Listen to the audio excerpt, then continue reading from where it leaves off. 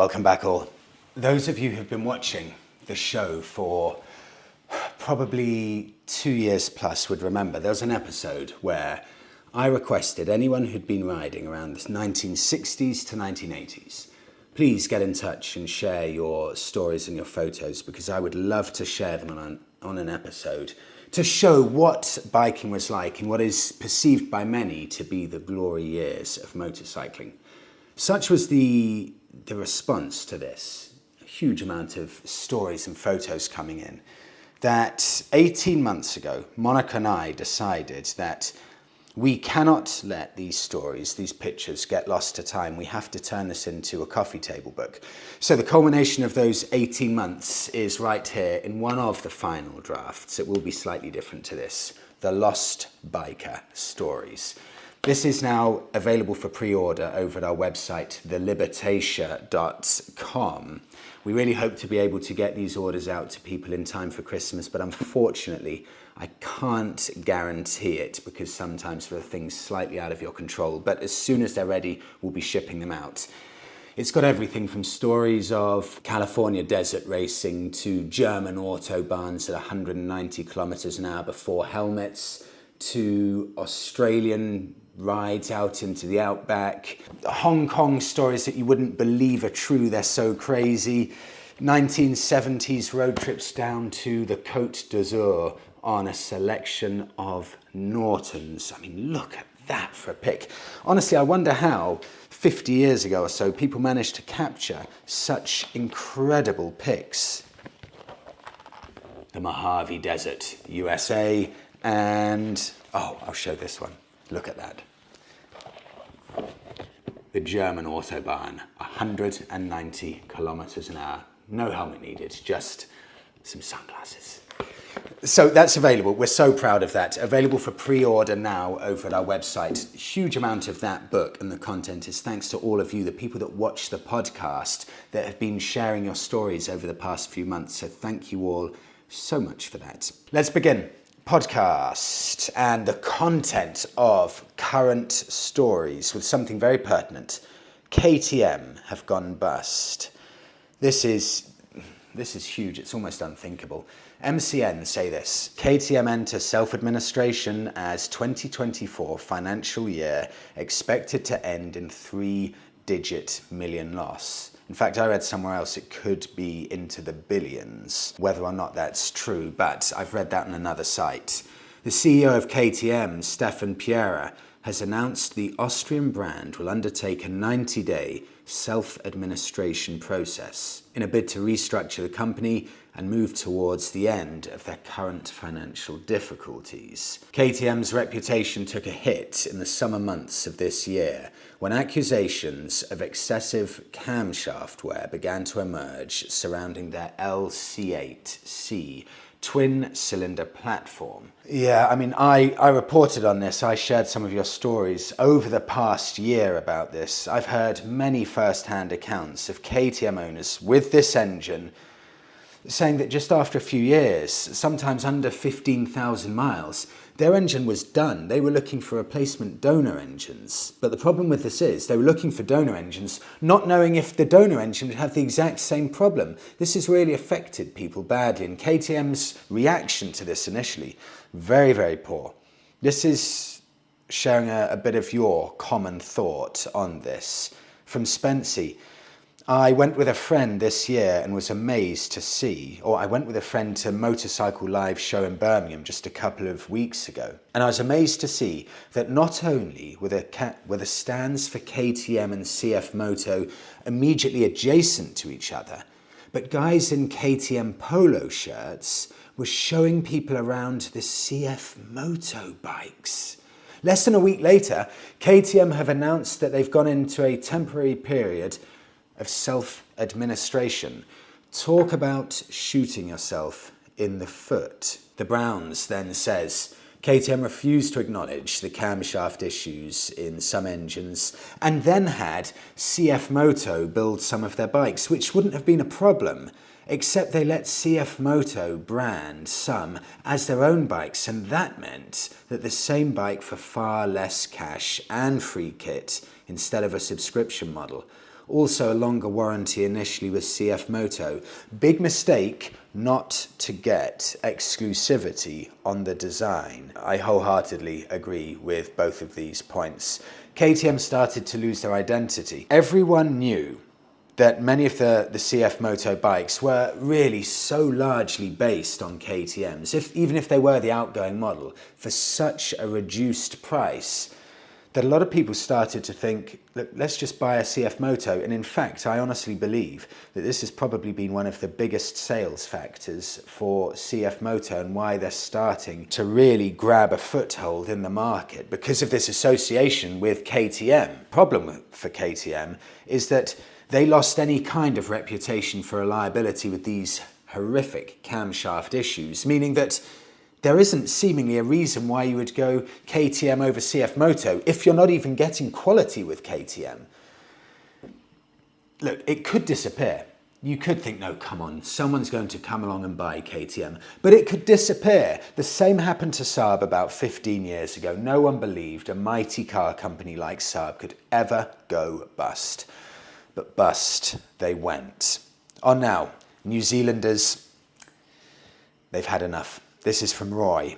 Freddie here, pictured, is a scan of my motorcycle registration form to renew annually. Look in the bottom right-hand corner. It's going to cost me over 500 New Zealand dollars. It's £232 a year to ride on public roads. The government has proposed huge increases based on vehicle CC rating. So in the future, it's going to cost me over 800 New Zealand dollars, which translates to £372 a year. To ride a motorbike, come on, that is insanity. Continuing, we are all not paying or withholding our registration fees in protest. A Facebook page has been set up to organise national protest rides on the 29th of this month. Apologies, I'm not sure if that's November or December, but that's from Roy in New Zealand. Roy, this infuriates me. It's taking away our freedom, our ability to pursue our passions. I hate this. You work hard all your life, you pay your taxes all your life, and then governments decide that they're going to try and price you out of actually following your passions and doing something that you enjoy doing. They're pricing you out of living. We'll all just turn into vegetables, just existing, going about the motions, the paces of living, but no more than that. I hate stuff like that. And it's just a tax grab. It's disguised as a noble environmental cause, but it's nothing to do with that. Governments don't care about environmental causes. If they cared about it, they would say, look, please, everyone, just hold on to your cars and motorbikes a bit longer so we're not producing as many vehicles, because that's what's really bad for the environment. But they'd never say that, because it doesn't make financial sense and they need to keep on making as much money as possible. It infuriates me. The red line for me is when taxes get so ridiculous that it stops you being able to follow your passions. I hate that. Thank you for bringing that, Roy, to my attention. Any New Zealanders, check it out. Moving on to, I just need to think how to pronounce this. Said. This is Said, all the way over in, or all the way down in Morocco. Pictures included. Freddie, can you believe it? I just got a 2007 Suzuki Bandit 1250S. It's practically new with only 5,000 kilometers on the clock, and it is in absolutely perfect condition. I'm 27 now, and I remember dreaming about this bike when I was younger. About 15 years ago, a guy in my hometown had one, and I will never forget how incredible it sounded. The bike has, God, this is what they used to be like. This sounds unthinkable now. No traction control and no ABS, but it's packed with character and has an insane amount of torque. Seriously, a lot of torque. It's intoxicating. The engine's incredibly smooth, the seating position's spot on, and it feels so light that one of my friends initially thought it was a 600cc. Being from Marrakesh, Morocco, where the riding season lasts all year, I'm planning to put a lot of miles on it. Soon enough, I took the bike on a trip from Marrakesh to my hometown, Ouarzazate.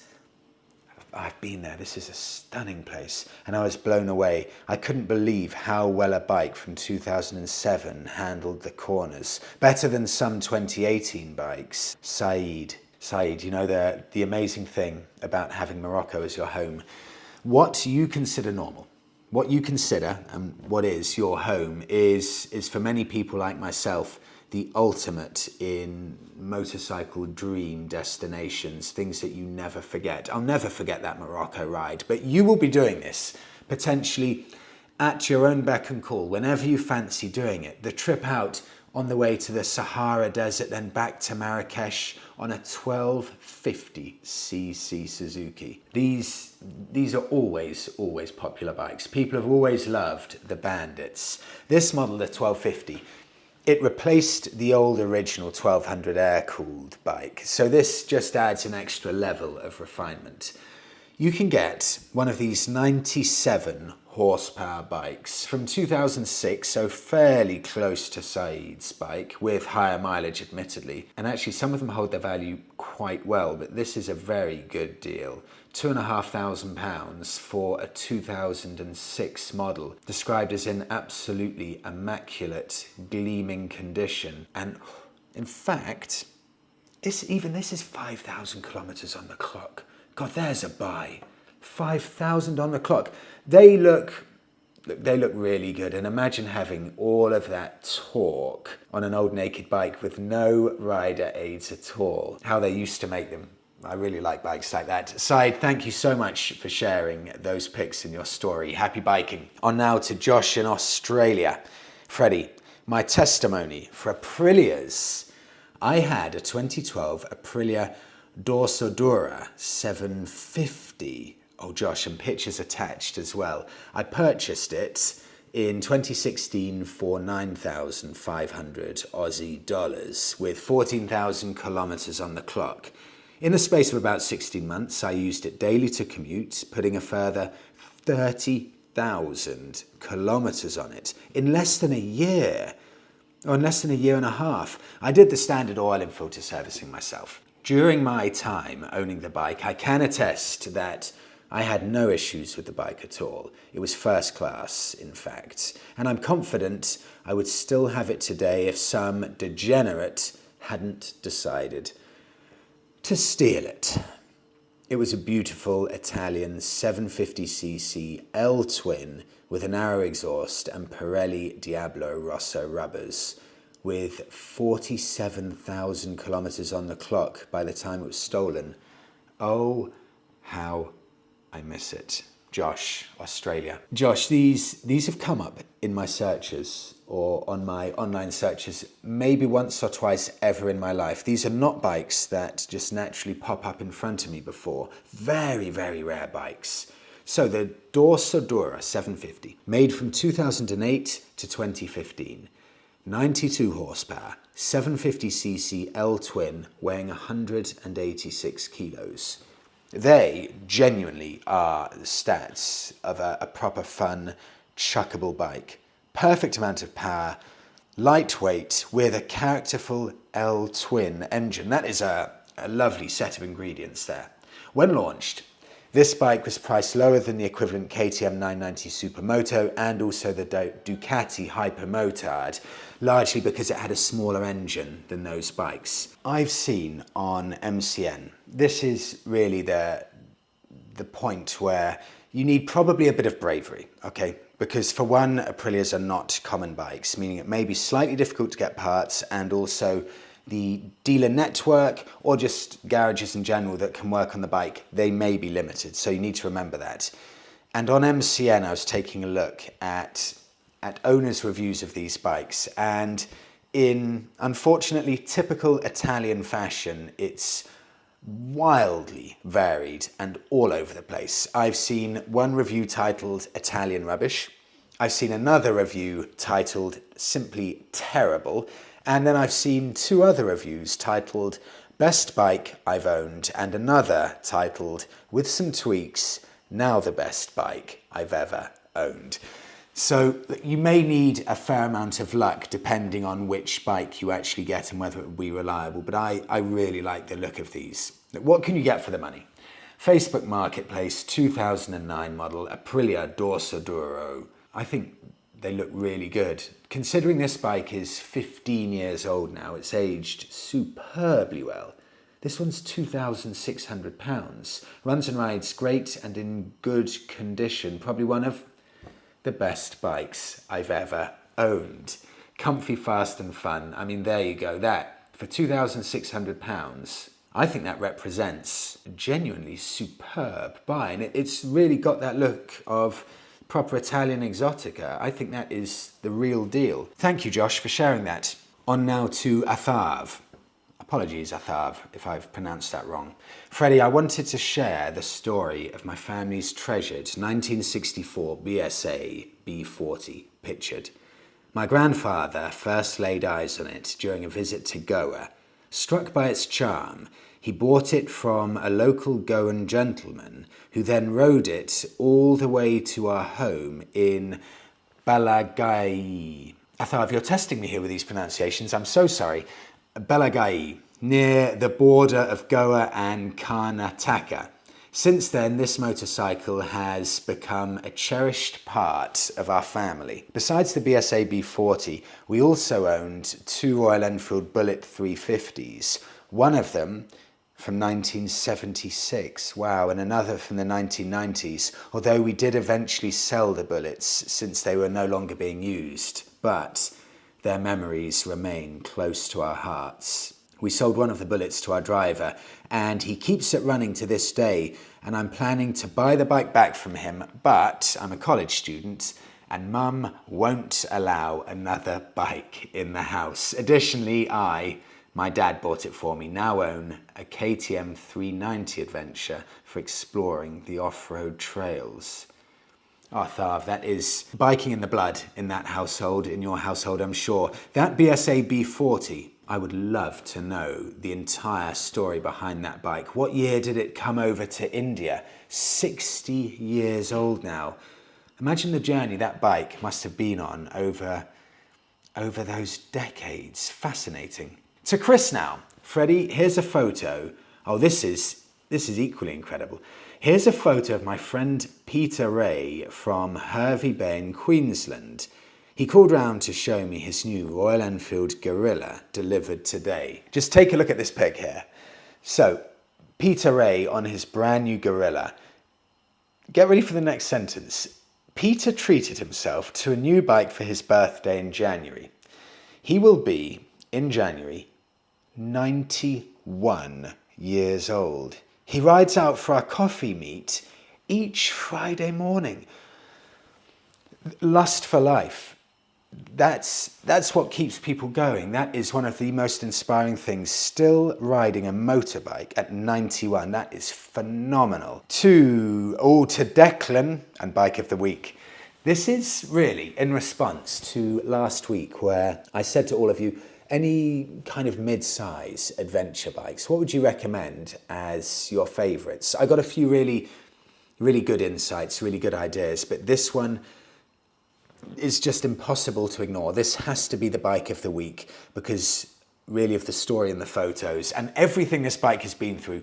Get ready, sit back, have your coffee because this is a little bit of a story. From Declan. Freddie, I accidentally became a biker during COVID after many years of backpacking.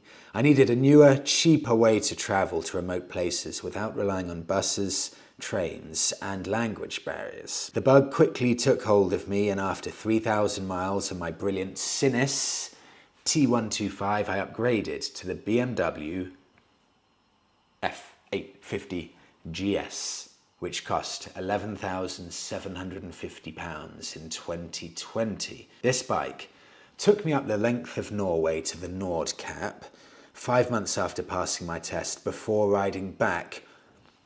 doing the journey back off-road via Finland and Sweden. It's taken me, just soaking these pics. Some of these pictures are phenomenal. It's taken me countless times around Scotland, Wales, England, and a solo Christmas ride from Aberdeen in Scotland to Mauritania via Spain and Morocco. That was the biggest challenge it has conquered. You make it sound like just a casual Christmas ride, head off on the bike. Wow. The bike delivers trip after trip. It is on the larger end of the middleweight class, but it manages all off-road trails I take it on, and rider talent always runs out before the bikes. I believe we can drive ourselves insane sometimes, endlessly debating which is the perfect adventure bike, but it doesn't exist.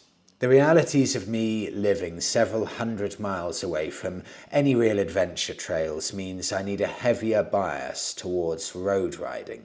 I have adequate ability to carry a pillion and luggage for a longer trip. The perfect bike will therefore be different for everyone. I think the best bike for one of these adventures is normally just the one you have at that given moment.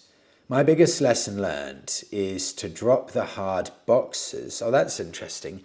Really interesting. Drop the hard boxes for some soft, smaller luggage. For example, the Moscow R80 bags have forced me to pack sensibly, as the standard boxes, they simply invite you to overpack. I am biased in that I now believe mine to be the best bike. I thought when I bought it that I would wait a year so I could insure a 1250 GS and I would let go, but I formed an attachment to my 850 GSA. I find myself unable to find fault with it and justify the cost of a newer, more expensive bike. I love all the little scars and bumps it has had, and each one tells a story. And with 50,000 kilometers on it now, it doesn't hold much value to anyone other than me. I can't wait to see where it takes me next. God, Declan, seeing pictures like that, you make me want to pack up right now.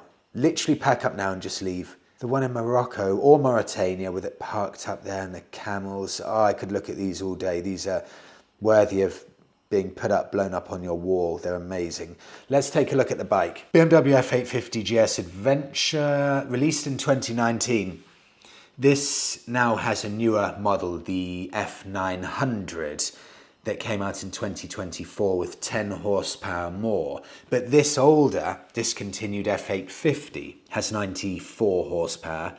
It weighs 244 kilos, which is actually quite heavy. But the reason this is heavy is because it's the adventure model, and the adventure model has larger bodywork and also a bigger fuel tank than the standard. So the standard bike's 229 kilos, which is still a lot, but it's about normal. I think even my Bonneville, which is tiny, somehow weighs that massive amount as well. In fact, look at this.